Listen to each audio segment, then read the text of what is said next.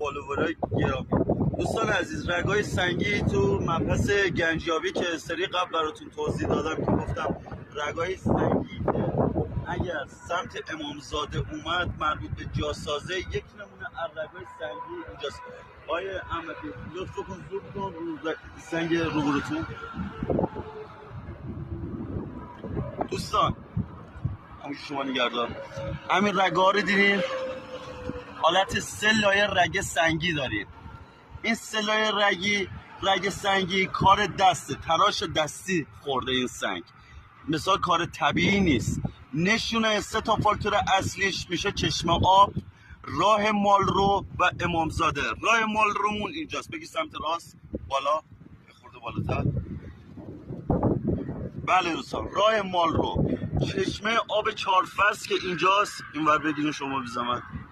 آره این چشمه آب، این هم سنگ شاخصش. 3 تا فاکتور اون وقتی تکمیل باشه مربوط به جاساز سنگی بهش میگن. ورودی پایین شما زوم کنید، پلم جلو رو نگاه کنید. یه دقیقه بیا جلو آیه احمدی، تشریف بیارید جلو.